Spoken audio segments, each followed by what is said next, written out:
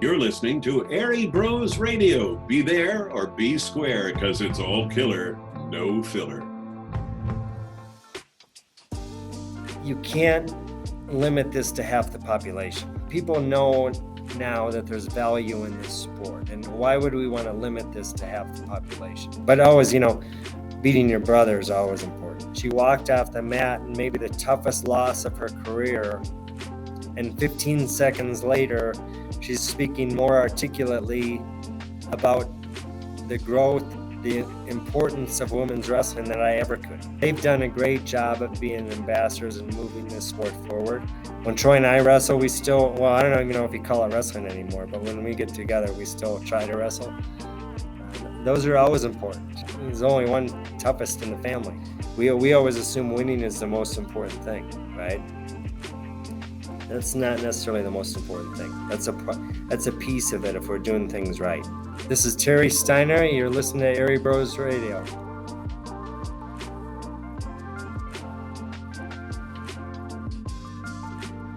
Knowing that you're out in Colorado and you've been there for a few years, Jimmy and I have been Colorado residents. We were Colorado residents for a while, so I got a couple quick icebreakers for you.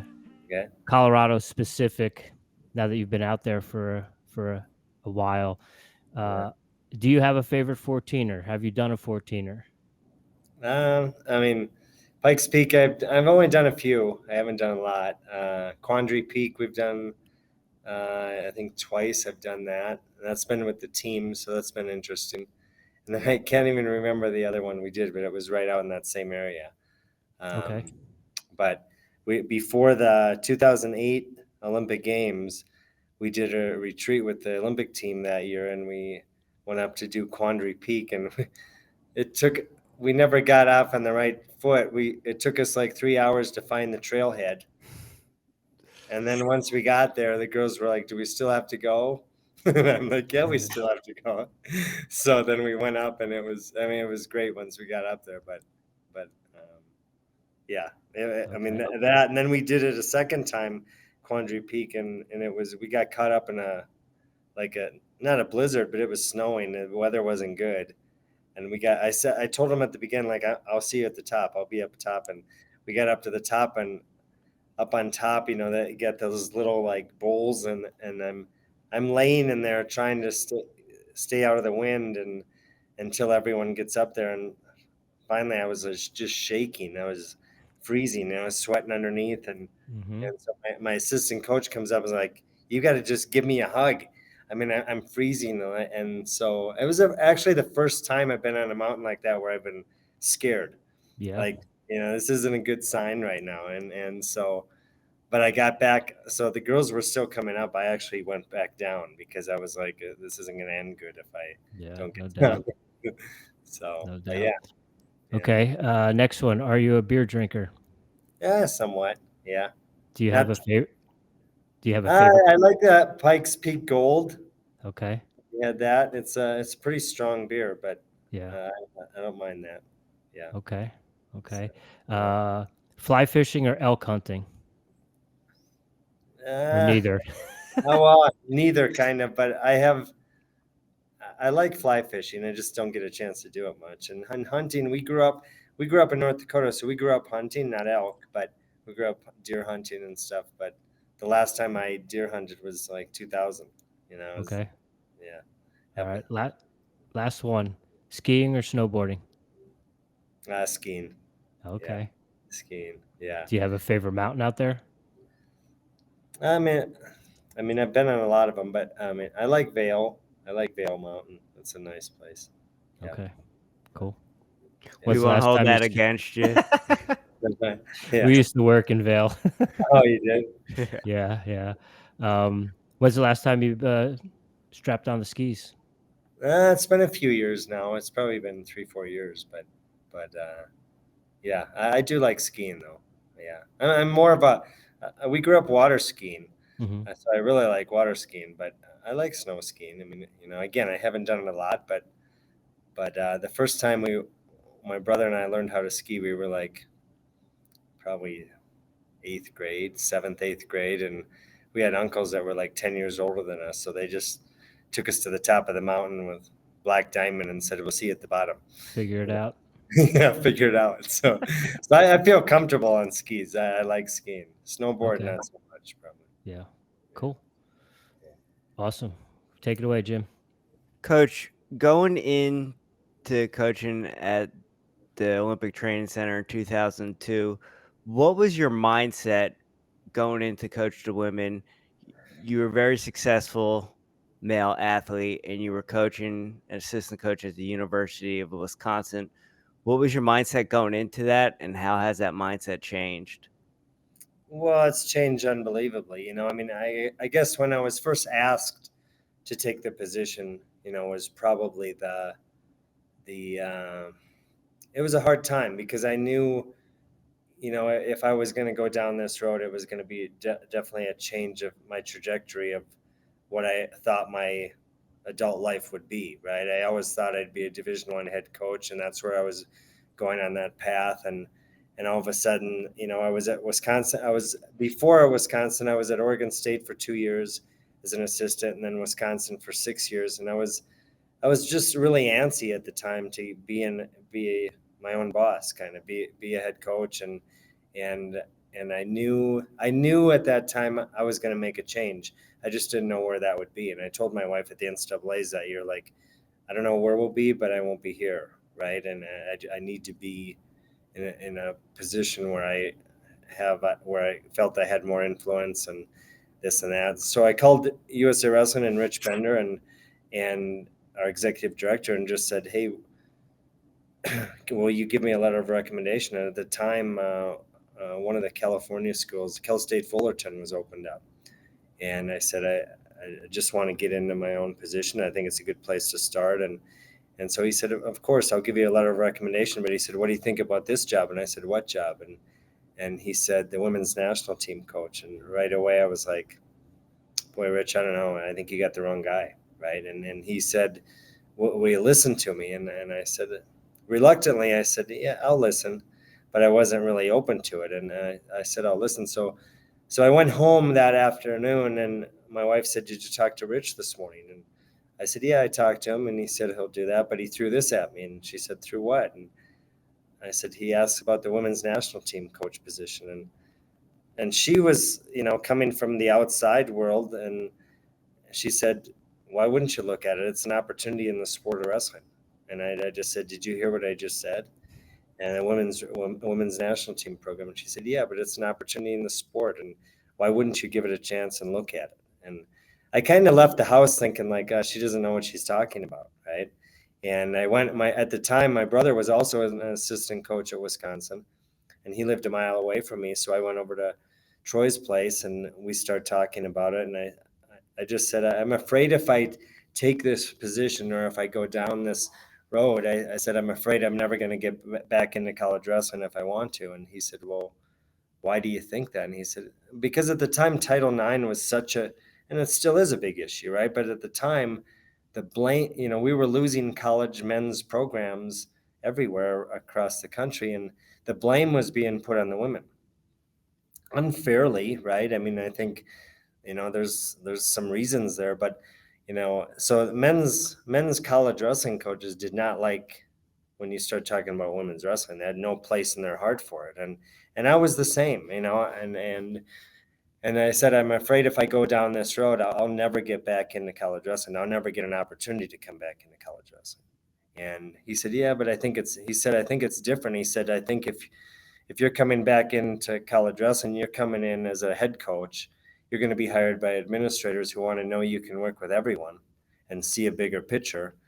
He said, "So I don't know if that's a real excuse not to do this," right? And so I kind of left my brother's house too. My wife, who, and then my twin brother, who are probably the two closest people in the world to me. And I was like, they're no help at all, right? They weren't telling me what I wanted to hear, and I was almost looking for a way out, and they weren't giving me that, right? And so I really had to think about this at a deeper scale, and so when I really start thinking about why am I going to do what I'm doing at this point in my life, I was done competing, and what was it about the sport of wrestling that was keeping me involved in the sport? And to this day, I believe in the sport of wrestling. I believe in the development that kids get from the sport, the character development, the human development. I know what it did for my family. I know what it did for my brother's family and all of us. And I know what it has done for my daughter, right? And my daughter's never been a wrestler, but I can see what this sport has done and being around it and hearing the messages and being around the athletes and things like that. And so I said, if that's really why I'm going to be involved in the sport of wrestling, to move people forward because of the sport, then my next question to myself was, then why does it make a difference if it's a man or a woman in front of you? And that's really when I started to think that, you know what, this is maybe something you need to think about for a bit. And so I just called Rich and I was honest and I said, Rich, I need some time, right? I need. So it was like 3 weeks later, I think, and my wife and I were driving home, went out to eat or something, and I was just worried about what my peers were going to think. Like, what are people going to think if I take this job? And my wife she looked at me and she said, listen, she said, I hate how you're thinking right now. And I'm like, it's not the first time. It's probably not going to be the last, right? And she just said, she said, I was a young girl and she was born and raised in rural North Dakota as well. And she said, I was sitting at she said, I grew up in the late 60s, early 70s, and I was sitting in a high school gymnasium listening to people boo and ridicule and harass. She said, what do you think I was watching? And I said, I don't know what you were watching. She said, I was watching a girls' basketball game. And she said, what if this is the start of something? And what if because of your influence in the sport, what if you can make a difference? Right? And she said, and then what really got me was, she said, you have a young daughter, and our daughter at the time was 1.5 years old. And she said, what if she wants to follow in your footsteps? And right then, I knew it was the right thing to do, right? I knew it was, the one thing that my parents gave my brother and I was opportunity. And the one thing I wanted for my daughter was opportunity. And if she wanted to do something and it was good for her, I wanted her to have the ability to do it without ridicule or harassment. So I knew right away that, okay, I'm ready for this. I think I'm ready. I knew I was ready from that standpoint, from a mental standpoint. But then all of a sudden I get in the room for the first time. I already accepted the job, and we come out to Colorado Springs. My wife's looking for a house, and the girls were they were in camp getting ready for the world team trials. And I said, this is a good time for me to just come in for a couple days and let them get to know me a little bit, and let me get to know them. Because really, for me, it was like walking into another sport. I didn't know the names. I didn't know the faces. I didn't know who our opponents were. I didn't know what we were up against. And so, the first day I'm in camp and I'm on the mat with them now, and I'm showing a gut wrench. And I don't know if I should say chest or I should say breast. I don't know if I can touch here and touch there. And I left the practice really upset at myself, because it's like, this is not their issue, right? This is my issue. They've been wrestling guys forever. And I don't think about, when I'm wrestling a guy, I don't think about where I'm touching. There's a purpose to it, and I'm going to do it, right? And all of a sudden, just because I'm wrestling a girl or showing technique on a girl, all of a sudden those thoughts are coming into my head. And so I realized really quick, like, I can see where people are having a struggle with this and how to open this up to the female population. And this is where I need to grow and need to be a better leader and understand. And really from that point forward, I just said, you know what, I'm gonna coach wrestling how I know how to coach wrestling. And if I need to touch there, I'm going to touch there. And as long as they know that I'm purposeful in what I'm doing, and I'm going to be straightforward with them. Am I going to stick my foot in my mouth sometimes? Probably, but I don't need the sport of wrestling for that. I can do that in a lot of ways, right?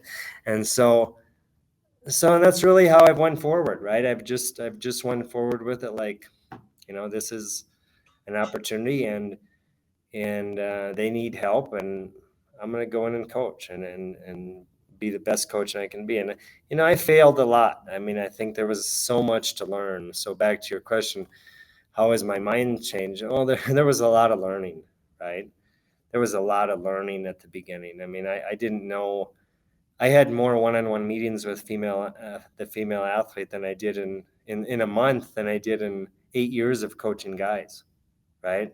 And I realized really quick this is different, and not different from a technical and a training standpoint, but the communication is different, and what their needs are different, right? And so I struggled through that, and I'm not pretending to be, you know, a great communicator or great at this now, but I've come a long way, right? And I've learned a lot of what not to do. I've learned a lot of maybe what their needs are and how to handle situations. Um, but it's definitely been a journey, and I would say that first group, they were probably the brunt of. I was learning as much as they were. They were learning technique, and I was learning how to deal with a female athlete. And so I think we were both learning from each other, and that first group taught me so much about moving forward in this sport and as a coach and a leader. So really it's been a great journey, right? It's been a ride that I never would have imagined. When I first came in, I told Rich, I'm going to give you 2 years, from 2002 to 2004 through the 2004 Olympics, and then I'm going back to college wrestling. And he said, give me 2 years. But I realized early on, I think it wasn't long, right? I mean, I think within the first year, I realized that this is a lot more than a coaching position. And I realized that it was a human rights, women's rights, civil rights position, almost like you're fighting for opportunities. You're fighting to open up so these kids have a chance. And so people view them the right way and look at them the same as they look at our men's superstars. You want these girls to be looked at the same way. And so, that's been the enjoyment of it, really. I mean, is opening those doors and seeing that change, right? You're literally seeing people who, just like I was, like, I didn't have a place for it. I didn't pay attention to women's wrestling. It was over here on the side of the gym, and I didn't pay attention to it. It was like something going on over there, and I had no interest in it. And all of a sudden realizing that, yeah, this is real. And these kids have dreams and goals and aspirations just like I did, right? And if I can't respect what they're doing, then how could I respect my whole career, right? How could I respect my whole life? So it really, yeah, I've changed a lot, right? And I can see, we still have a ways to go, but for the most part, our society, our culture, our mini culture of the sport of wrestling has changed as well, right? And that's great to see, right? And that's probably what I'm most proud of, right? Coach, you bring up being reluctant when Rich called you and not wanting to take the job and not knowing about it. And because of the work you've done over the past 20 years, the sport on the women's side has really grown. We have colleges, high schools, more states have it. So there's more males that are getting opportunities, kind of just like you mentioned, not maybe seeking them out, but there's an opportunity. What's your advice for those gentlemen? I would say just jump in. I mean, you got to understand there's differences, right? But if you, number one, if you want to help, there's a place for you, right? And I think, I think that's something. One of my first years here, we had a coaching clinic here with USA Wrestling, and one of the coaches asked me after a session one day. He said, I don't know if I belong. I don't know if I belong. He was in a high school position in the state of Texas, and he said, I was never a state champion. I never won anything. Do I really belong in this position? And I was like, what does that matter? Like, what is? I mean, my accolades as what I did as an athlete got me in the door, right?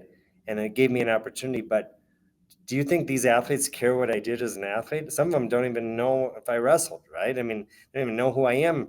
Now the young ones come in and say, who's the old gray-haired guy in the room, right? I mean, literally.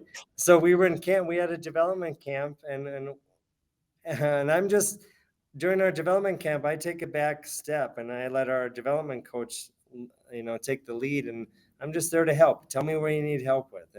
after practice, one of the girls came up and asked if I could help her with an underhook, and we're working for like 15, 20 minutes, and I'm going through underhook offense and stuff like that. And then afterwards, she said, thank you. And she shook my hand and she said, now, who are you? and I told my assistant coach, Jessica Medina, I said, we assume that they know, right? But I said, it's interesting because they don't know. They don't care, right? They could care less. All they care about, all the athlete cares about is, can I help them, right? They don't care what my accolades were, what I did. Is there a place for me, this or that? If you want to help, there's a place for you. So for a younger coach that wants to get in and there's an opportunity for him in the sport of women's wrestling, I would say jump in, right? And yeah, there's some things you have to do, and I don't think it's a gender thing.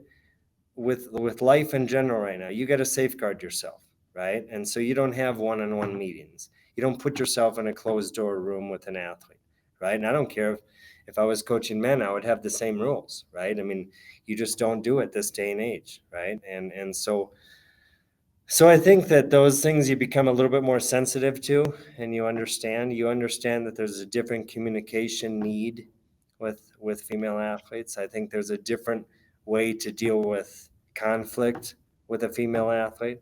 There's a different way you address the team or individuals within a team.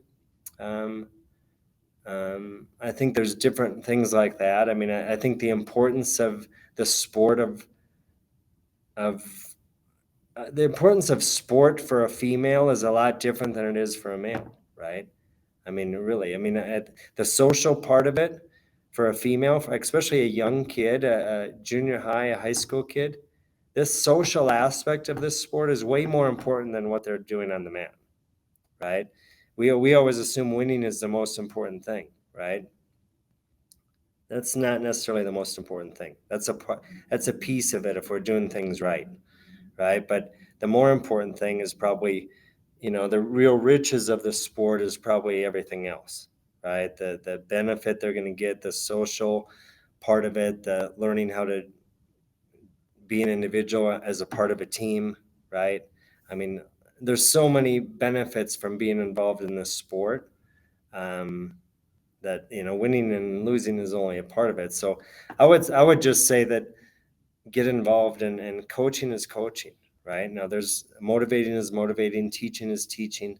Now there's different ways of communication and things like that. Yeah. But I think they're going to enjoy it. I mean,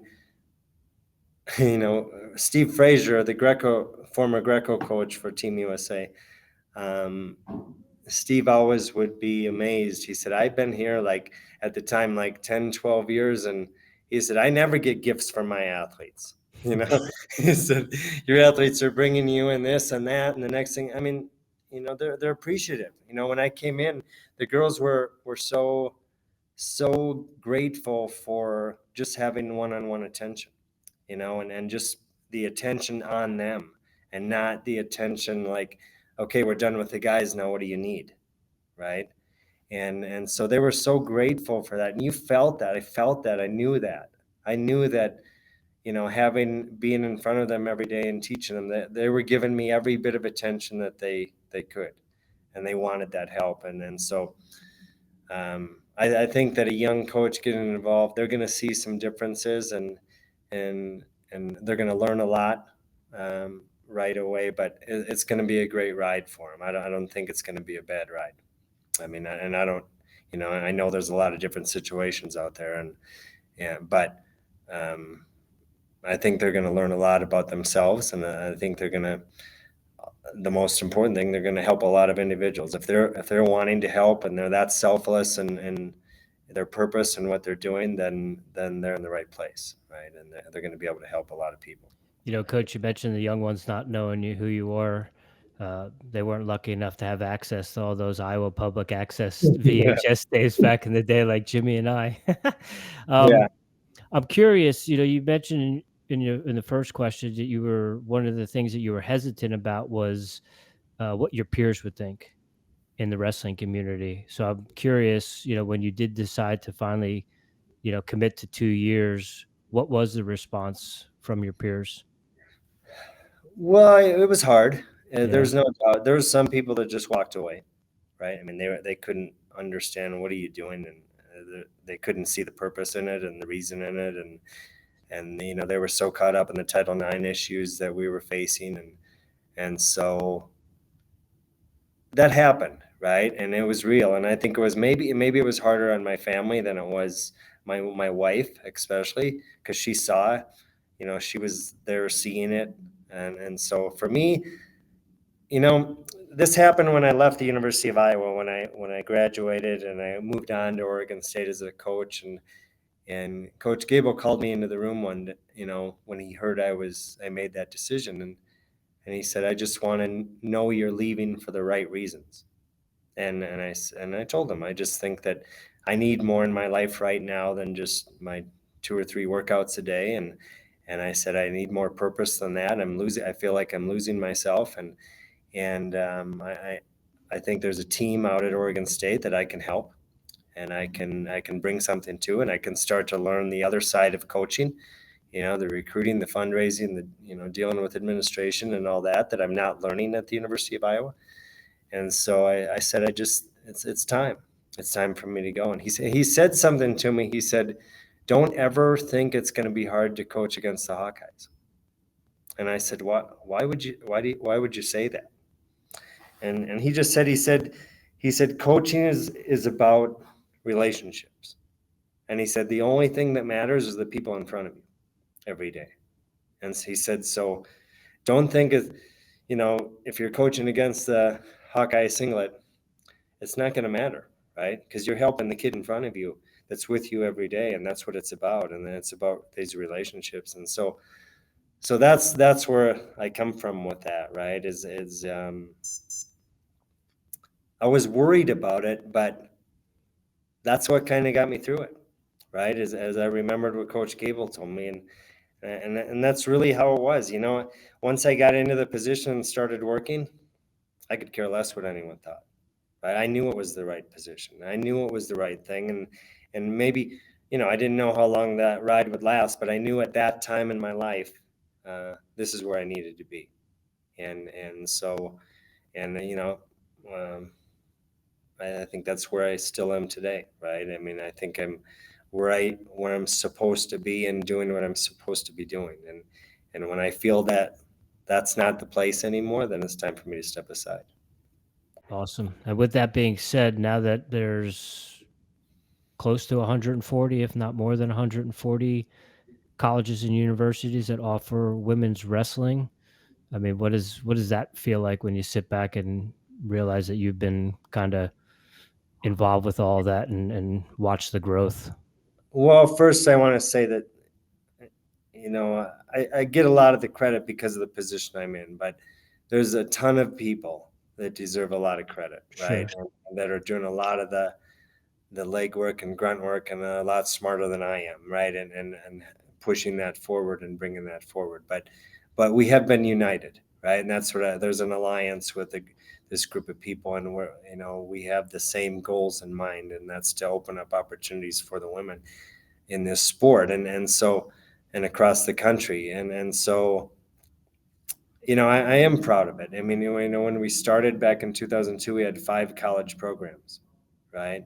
Today we're at over 152 college programs, right? So those numbers are unbelievable. And really, if I look back to 2016, in 2016 we had about 45 college programs. And so since 2016, we've grown by more than 100 schools, right? And so that's a great thing to be a part of, just seeing that, week after week, we're adding programs left and right. And seeing that, you always hope that people see the value in what you're doing, right? And you always hope that people see the value of the sport on young kids. And that's really what's encouraging, is not just parents out there that are seeing the value, but administrators out there that maybe have nothing to do with the sport that are seeing the value. And maybe their value isn't like ours, like, hey, we see how this moves someone forward and we love the sport of wrestling. But for them, it's a financial thing, right? Hey, if we invite 30 more girls on complex or on campus that wouldn't otherwise be here, all of a sudden it adds value to our athletic department. And so, that's great to see, right? And in our high school setting, in 2002 we had 3 states that were sanctioned in the sport. In 2016 we had 6 states that were sanctioned. As of today, we're at 43 states that are sanctioned in the sport of women's wrestling, right? That I don't know if we could have drawn it up any better, right? Now it took some time to get that going, but now that the numbers are there, we've grown from, I think our numbers last year, I'm trying to remember the numbers. Our numbers in the high school, from the state federation or the National Federation of High Schools, our numbers went from 36,000 in last year in 2022 to 2023, they're at 53,000. So almost a 50% growth rate, right, in 1 year, right? And so it's incredible. And then USA Wrestling's numbers just came out. They're at like 36,000 female high school wrestlers or female wrestlers that have a USA Wrestling membership last year.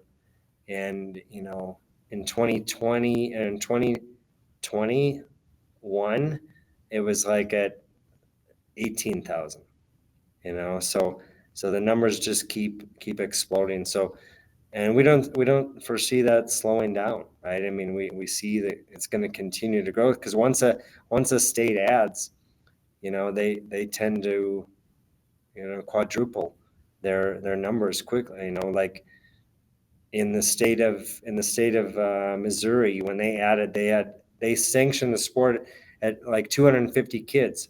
The next year they had 950.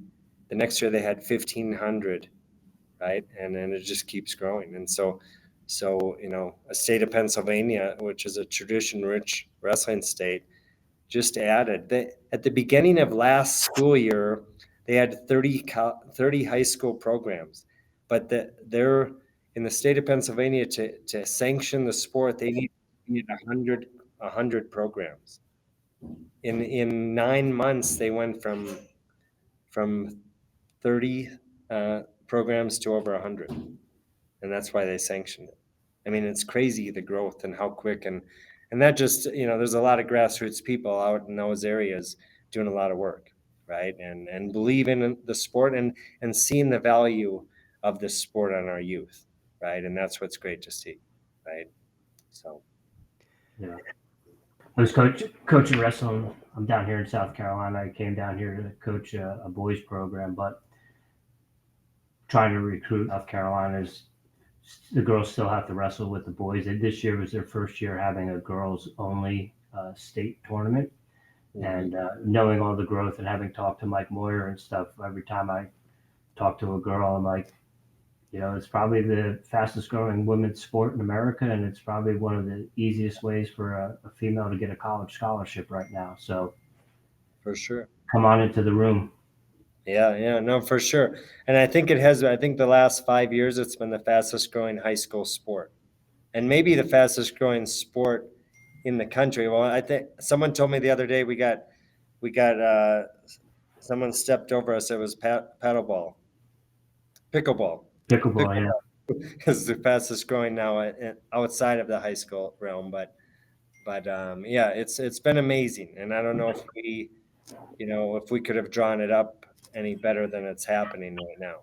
You bring up the growth of USA women's wrestling and how far it's come. So what is the next step of where you're going to take it? And also, you had brought up that you weren't sure going into the position if the men that you grew up wrestling with or were your teammates or were your coaches were going to support you. I would argue that it almost helps men's wrestling because now it's a way to get more men's programs. For sure. And so I think that the first question is what is the next step? The next step right now, we have sanctioning. We have a championship status at the NAIA level, right? Last year was the first true NAIA national championship for NAIA division. The NCAA has not. We have emerging sports status with the NCAA, And so to get a true NCAA championship, we need to be moved from emerging sports status to championship status. So that can happen a lot of different ways, but in January they'll meet again, and we think that Division 2 and 3 is a rubber stamp. They'll sanction that, and they'll give us championship status. We're hoping that Division 1 goes right along with it and just says, just put it all in, right?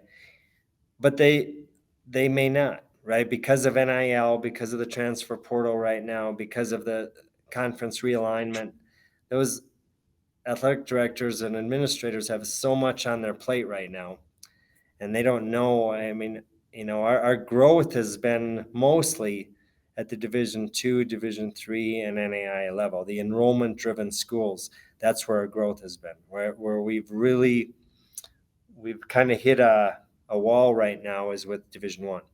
And it's more because of this whole NIL and transfer portal and conference realignment, and they're just trying to figure out how to balance what they have already.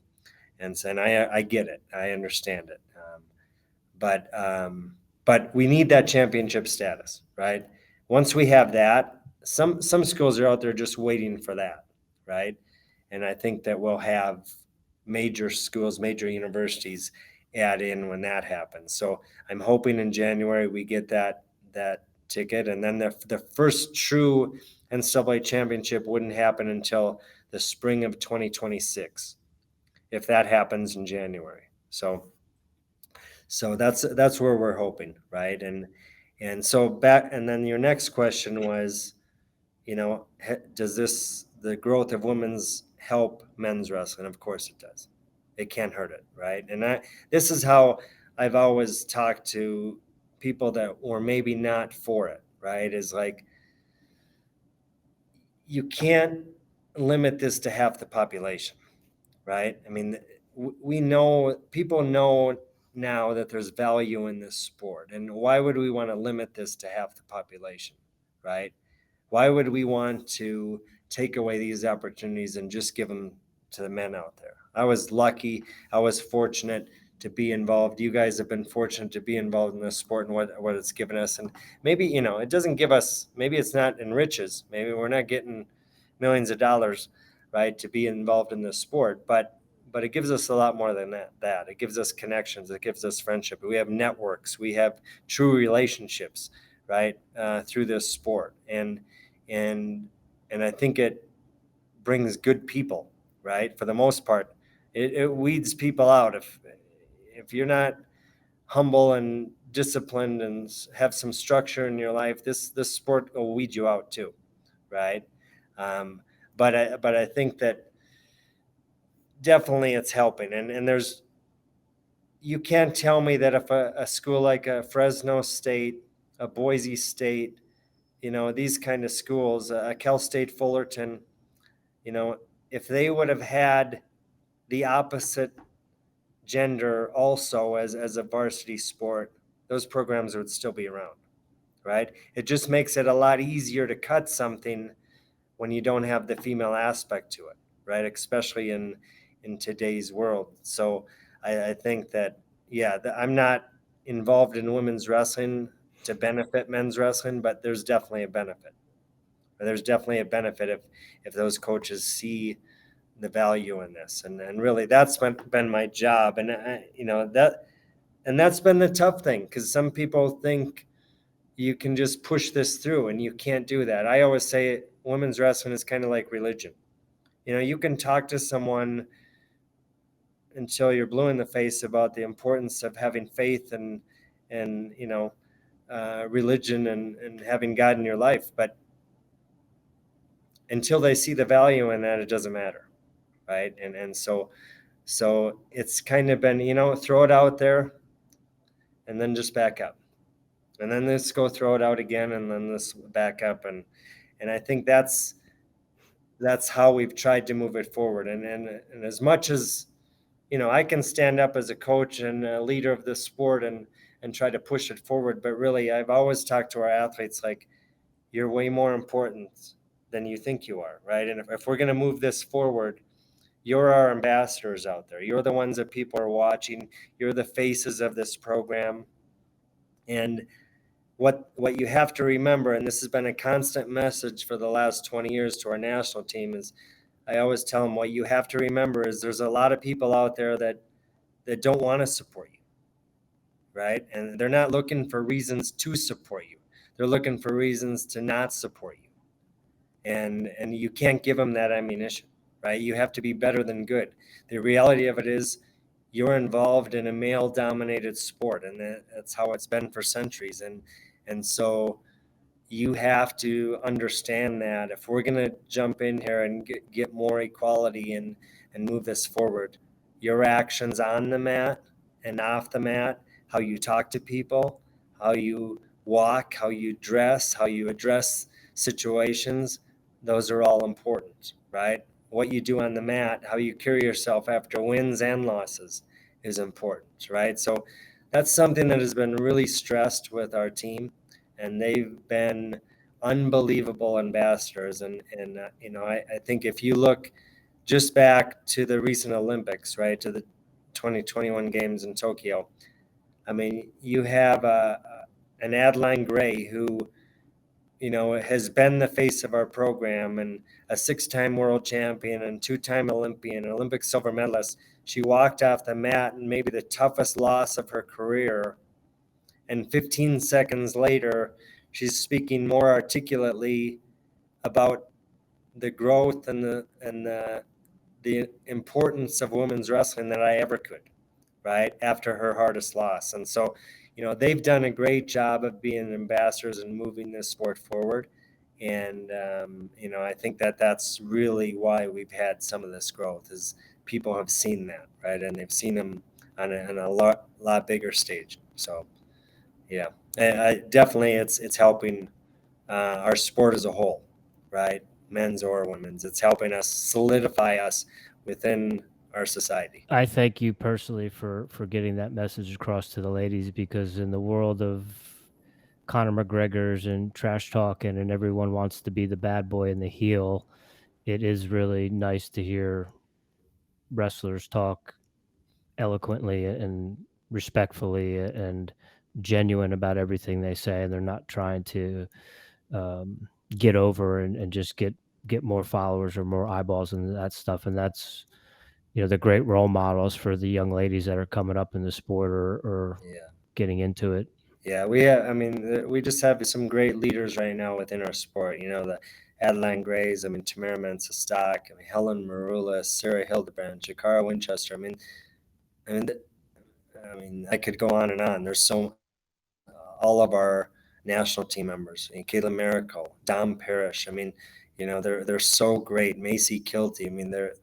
They're just such good people, and they happen to be great wrestlers, right? But our sport is definitely richer because of their involvement, for sure. Yeah, no doubt.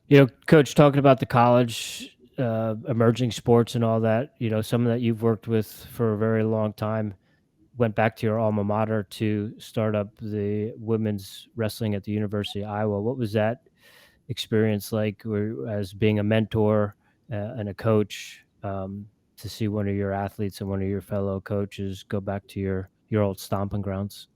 Yeah, well, they couldn't have found a better leader, right? Clarissa Chun is the right person for that job at the University of Iowa, and is doing an unbelievable job leading that program and building what is yet to really be seen, right? And this is their first year of competition, and we don't have a true NCAA championship yet, but they'll be in with the NCAA schools, and their championship is the NCWWC, the National Collegiate Women's Wrestling, and so they're gonna do a great thing there. And being at the University of Iowa, obviously my time there was great, and to see that the university is valuing the sport of women's wrestling and understands the importance, and just that and the fabric of the state of Iowa, right, is those kids grew up with wrestling as an important thing. And when my brother and I were first getting recruited there, that's the one thing Coach Gable talked about, is just the importance of the sport of wrestling within that community. And you never really understood that until you were there, right? Until you're walking out into a dual meet of 15,000 people, right? And you knew you were valued. You knew they appreciated and supported what you were doing every day, right? And I think that that's really what these girls and the girls that are at the University of Iowa right now, those student athletes are going to feel that, and already do. That there's people behind them, right? And what they do is important. And so, what I always say is, with great accomplishment also comes great responsibility, right? I mean, now, people are watching, right? Now it doesn't matter how you talk. Now it does matter how you dress and how you communicate with people and things like that. So I think that, as long as they understand that, right, it's a great thing.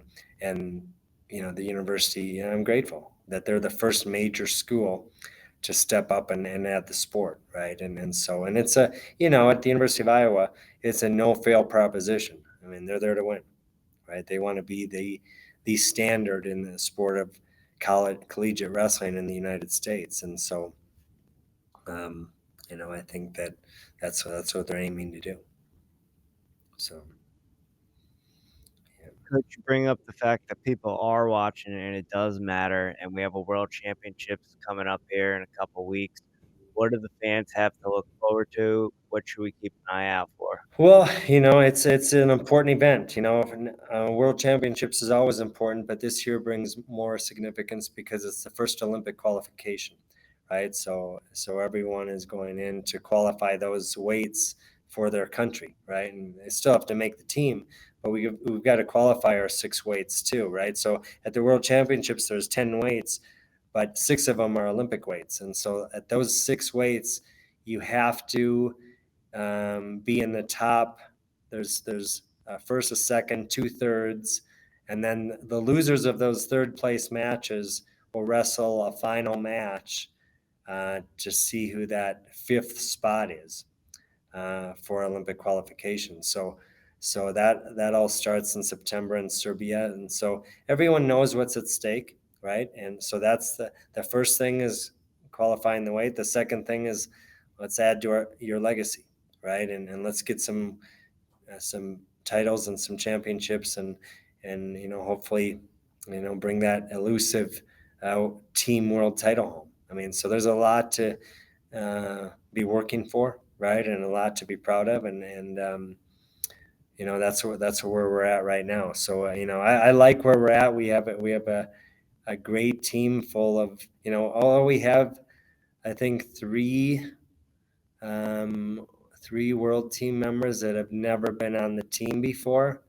They're definitely not spring chickens. They've been around, and they've been here in the mix for a while. So we have a very veteran team, I would say, and they have really one purpose going in.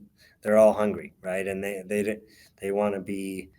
I think they want to get the job done too. It's been, I think the last world title for Team USA for the women was 1998.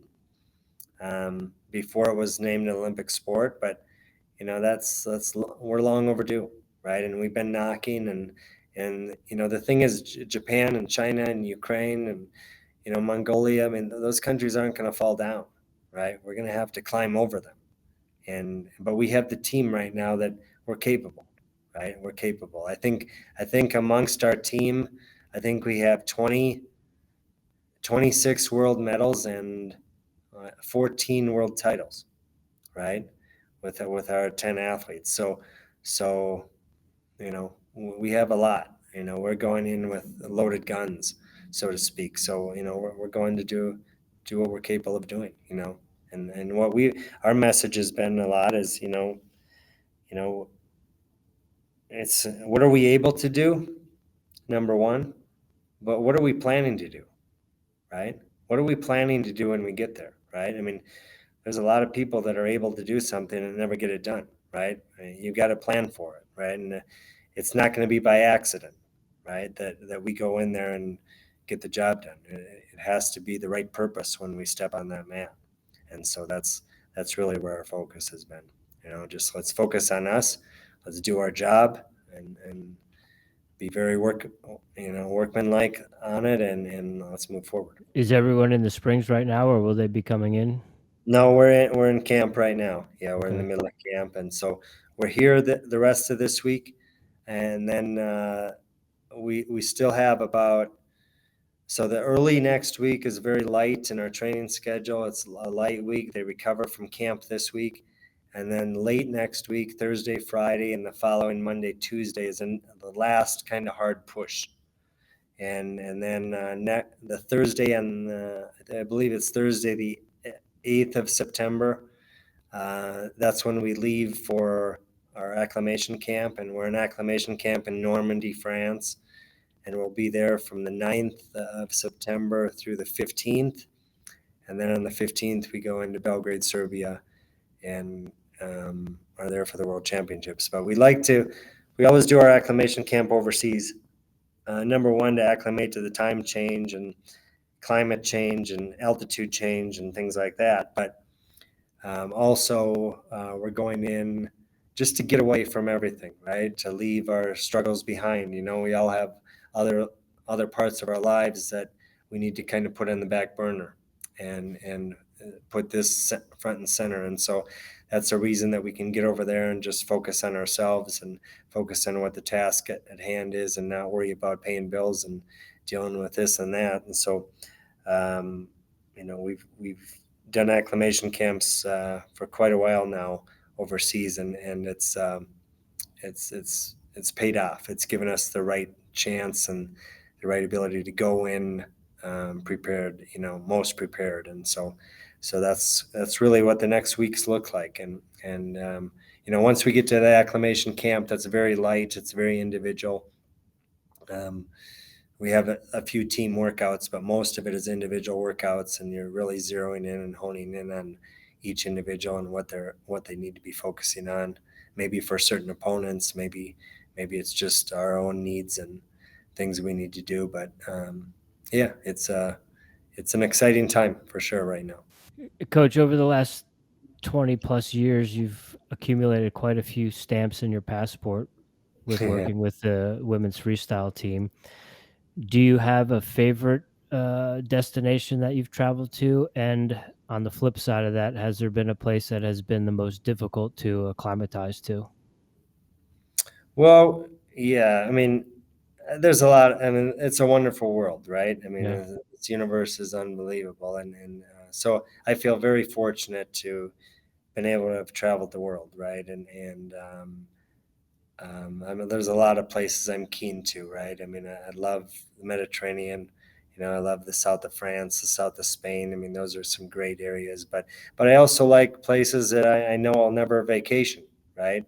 Probably Kazakhstan and Azerbaijan and places that I never would have been without this sport of wrestling, right? Mongolia, I've been there a bunch of times, right? So, um, so those places are special because you get to see different cultures and how people one thing you realize is we're all the same, right? We all have the same wants and needs and the same struggles and things like that. And yeah, we may look different, we may speak different languages, we may come from different backgrounds, but there's so many similarities there, right? And so I think that's what happens as it starts to be a very small world, right?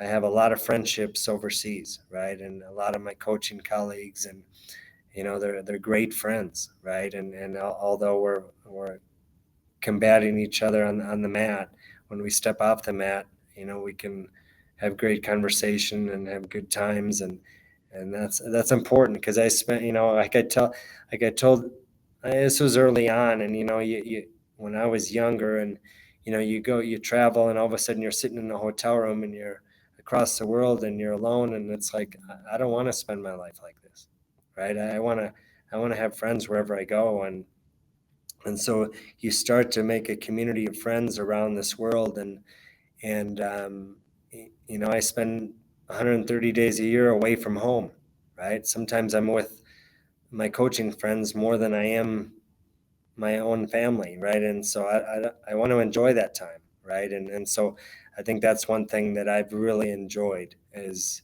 just the camaraderie and the friendships that I have around the world, and the friendships you develop, and and you share a lot of knowledge, right? You can learn a lot from each other, right? And we're always dealing with different struggles and different you know different things, but it's great to just really be able to sit at a table and break bread and just communicate that and learn from everyone, and so that part of it is really enjoyable, right? um, and but when it's time to compete, it's time to compete, and you can put those friendships on the back burner for 6 minutes, right? And for a tournament over a 3-4 day period, it's business, right? And we're there to do one thing, but you realize there's a lot more important things than winning a wrestling match, right? And that's just a part of it, and that's just a piece of this. But really, again, the true riches of sport are not medals and championships, right? The true riches of sport are the things we learn, the people we meet, the the cultures we get to visit. I mean, it's unbelievable. So Coach, I'm curious, how close are you to your old fighting weight these days? not as close as I want to be, but no, I'm pretty close. I'm pretty close. I don't know if I want to be down there anyways, but Yeah. no, I'm pretty close. I'm very active. I mean, this doing what I do, you pretty much have to live a healthy lifestyle, right? I mean, and you got to be an example, right? And I think that's a big part of it. I know I have to be an example to my athletes. I can't speak one language and then come do another thing, right? And so no, I'm pretty close. I mean, but Father Time beats us all down, right? I mean, it catches up with us, and even today, Forrest Molinari was in the room, and we were wrestling, and she goes, "It's like 10 years ago. You're the same person." I was like, "No, I'm not the same person. Believe me, I'm not the same person." Like I tell my leg to move, I know I need to react, and like 3 seconds later, it moves, right? I mean, the reactions are slow, and but I enjoy that part of it. I still enjoy getting on the mat and wrestling and rolling around with the athletes, and at the same time I can show them that you can do this. It still requires, I always work out in the morning, and so when they're coming into practice, I'm usually finishing my workout, and I think it's important. I need that. That's important for me, not just to stay above ground, yes, but also so I can be the best me every day, right? So I can be the best father, the best husband, the best coach.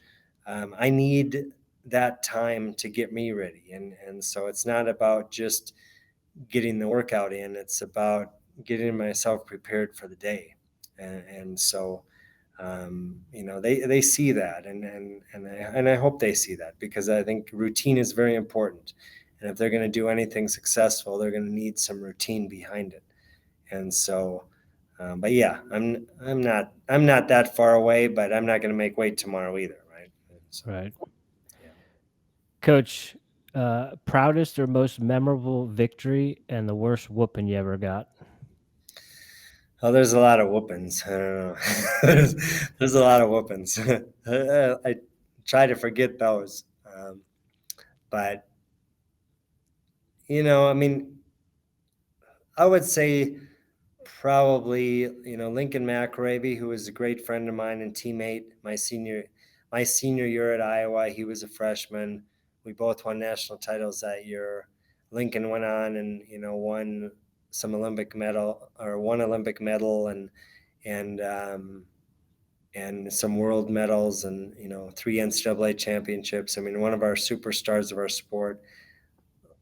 When I was getting older in my career, Lincoln, around 99, 2000, I think Lincoln beat me in the national finals, the Senior Open in 1998.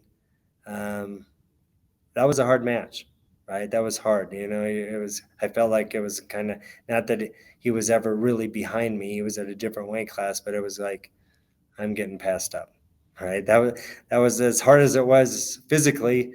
It was hard mentally, right? Because you realize that your time's, you've had your time and your time's maybe coming to an end. And so you got to come to grips with that, and I think so that was hard. Um, my greatest win, I don't know, I have to go, to my NCAA championship. I mean, that means a lot to me. That was a goal that I really, worked a lot of years to get that. And I feel very fortunate that I got that done. Right. And because you don't have forever, and that window closes really quick. And it was a hard ride. Right. And things didn't go right. My University of Iowa, my collegiate career was a great career. I loved it. I loved my time. It wasn't enjoyable. I can't say it was enjoyable, right? I was there for a purpose, to get a job done. But I never enjoyed college like my daughter enjoyed college, put it that way, right? I mean, it was a different kind of enjoyment. Now I know there's things I gained out of that she didn't gain, right? And I had to give some things up, but I gained a lot too. And so, but that victory definitely was, an important victory in my life. And yeah, one of those milestones, I guess. But always, beating your brother is always important. So that was, when Troy and I wrestle, we still, well, I don't even know if you call it wrestling anymore, but when we get together, we still try to wrestle. Those are always important, right? Because there's only one toughest in the family, so you're still fighting for that every day. So, but no, yeah, I've had some great moments on the mat, and then some not so great ones. But now looking back, you can appreciate them all and what they're for, right? I mean, Yeah. I never made the team my freshman year at Iowa, but really, I needed that year. Without that year, I probably never would have accomplished what I did. And so the heartbreak I felt that year, probably to this day, it's the hardest year of my life. I needed that year because it pushed me forward and propelled me. And so you when you look at things retrospectively, you can appreciate a lot of things that you didn't appreciate at the time, right? And so, and it doesn't always require winning. You don't always have to win, right? So I love your perspective. I got one more for you. yeah. Were you and your brother good training partners, or did you guys have to be separated more often than not? No, we were great training partners. We were close to each other all the way through. We knew that, you always hope you can do this alone, right? But you realize real quick that you need people around you, right? And I know Troy was a great influence on my career, and hopefully I was a great influence on him. And we wrestled together all the time. We lifted together. We ran together. We studied the sport together. We were always in that realm up until we were 30 years old, right? And those are moments that you cherish more and more every year, right? And because you realize that not many people have that kind of relationship with their siblings, and so yeah, those were very important times. And we trained together all the time. When we get to college, definitely we had a lot more training partners and more variety. So we had that, but we still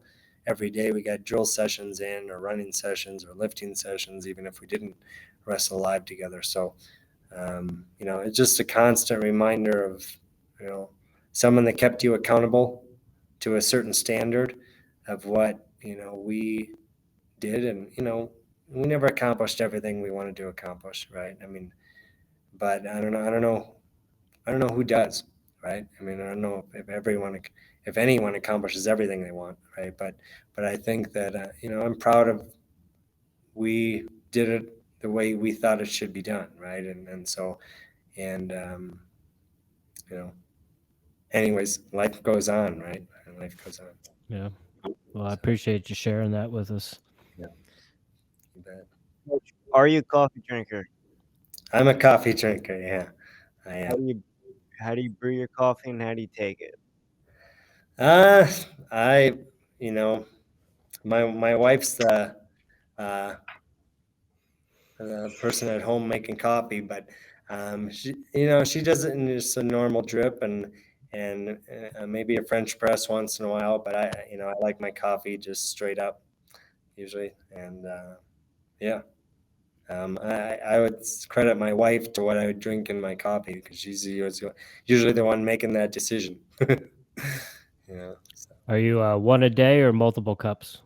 multiple cups for sure, for sure. Okay. Okay. Yeah. Coach, do you have any daily practices or rituals that you do on a regular basis to show up as the strongest version of Terry Steiner? Uh, I just my morning routine is important to me, right? And I'm usually up and I get up and have a little breakfast and I'm out the door, right? And I'm usually getting my workout in before my day starts, right? And I don't compromise on that. And I don't feel a need to change that no matter what situation I'm in, right? I mean, that's an important piece of my day that I need for me to function and I think my wife and daughter definitely understand it, right? Because they've seen that and they can tell if I don't do it, right? That like, go get your workout in, right? Get out of our hair or something, right? I mean, and so yeah, that's an important piece of my day though, for sure, and it just gets me in the right mind, and so I can be the best at what I do. So yeah, that's important. What does that look like for you these days, and how often a year are you making it up the cog? Hi. Yeah, funny. Well, it's when we first got here, I did the cog all the time, and when I first started, my daughter was young, a year and a half, 2 years old. I'd carry her up in a backpack, right? And she'd be back there like, Dad, this is easy, and I'm like, can't breathe, and I'm sweating, and she's sleeping back in the backpack. And but it's an unbelievable challenge, right? And no matter, and I always thought, oh, when I get her off this backpack, it's going to be easy. It's not easier, right? I mean, it's just never an easy.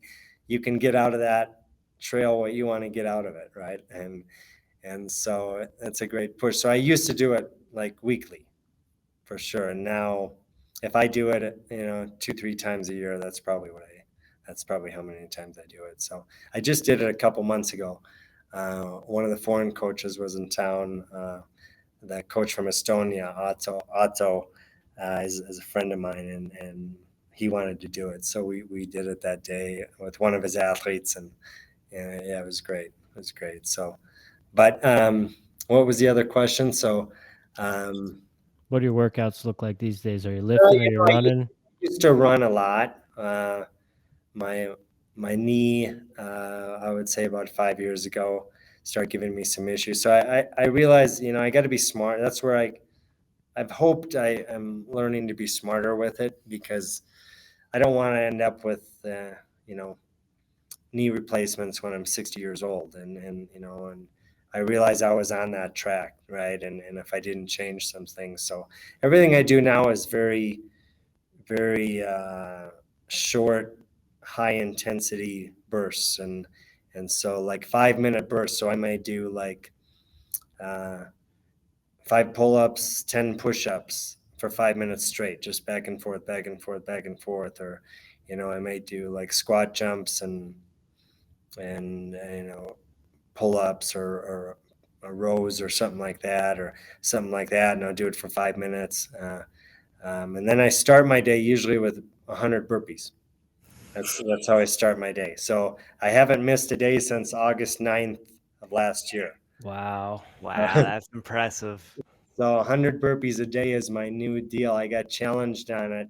One of our, Fred Roberto is his name. He's a chiropractor from Atlanta that travels with us some. And Fred challenged me to it last year. And right away I was like, I'm not doing it. I'm not jumping. He said, it may be the difference of you beating Japan. And I was like, damn it. Then I was like, so, So I've been doing it. And when I first started, I was like, my wife definitely thought it. Well, she knows I'm crazy, but she definitely thought it was like losing it. But it's been a great routine.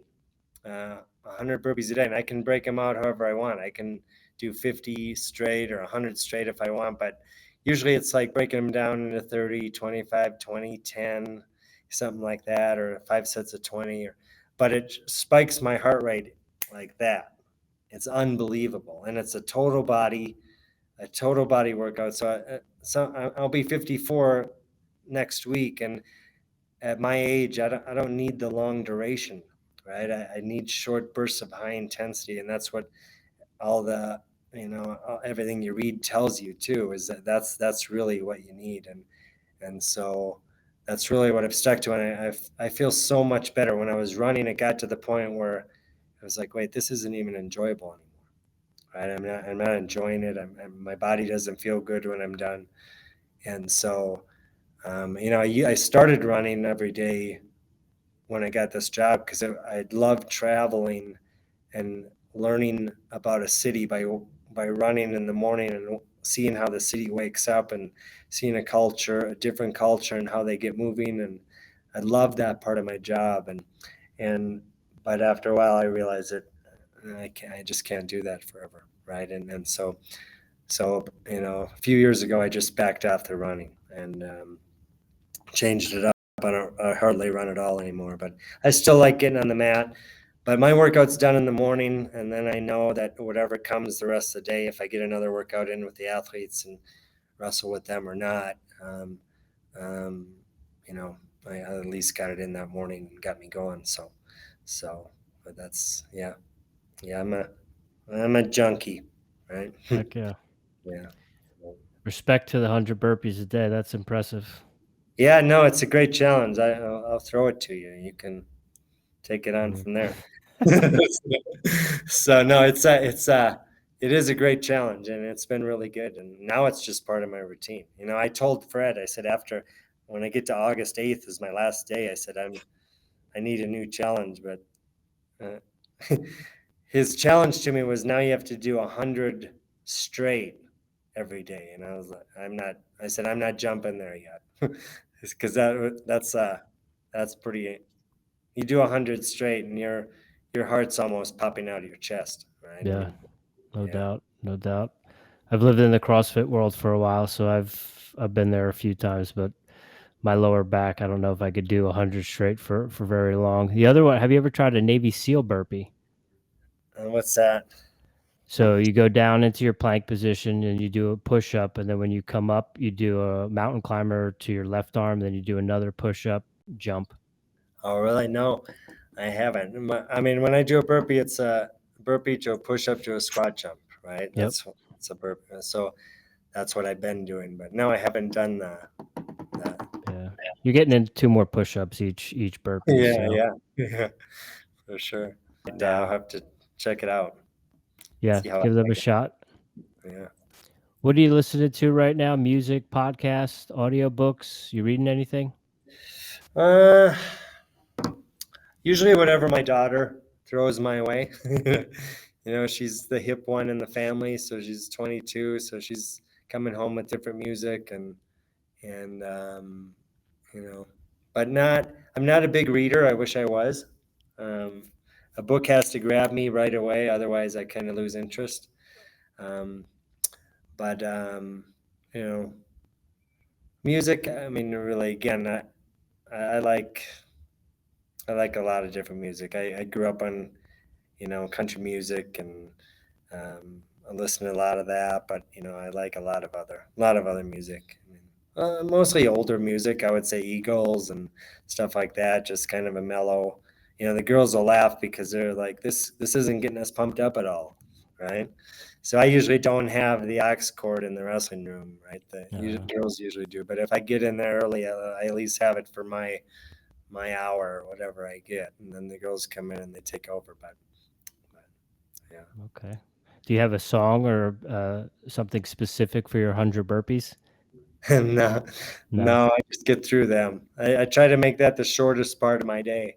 Yeah. It's definitely a love-hate relationship, right? I love No how I doubt. feel when I'm done, but every morning I get a little bit of nerves when I'm getting, when I'm thinking about doing them, right? And I never wait till the end of the day, because then I'm thinking about it. I still got those 100 burpees coming at the end of the day, right? So I get up and get them done usually at the beginning of my workout. So, Okay. Coach, last question for you.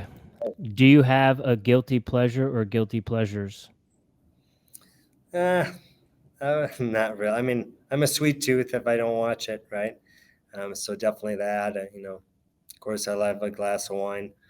But no, I'm pretty good like that. I'm pretty good. Okay. Respect. Yeah. Respect. Thank you so much for your time tonight. We really appreciate having a conversation with you. It was great talking with you. Love your perspective, and wish you and Team USA and the ladies the best of luck at the World Championships coming up. Thank you a lot. I appreciate you guys having me on and giving some time and attention to the sport of women's wrestling. I appreciate you very much, and let us know how we can help in the future. Absolutely. Awesome. Thank you. Good luck to you. You bet. Thank you. Thank you.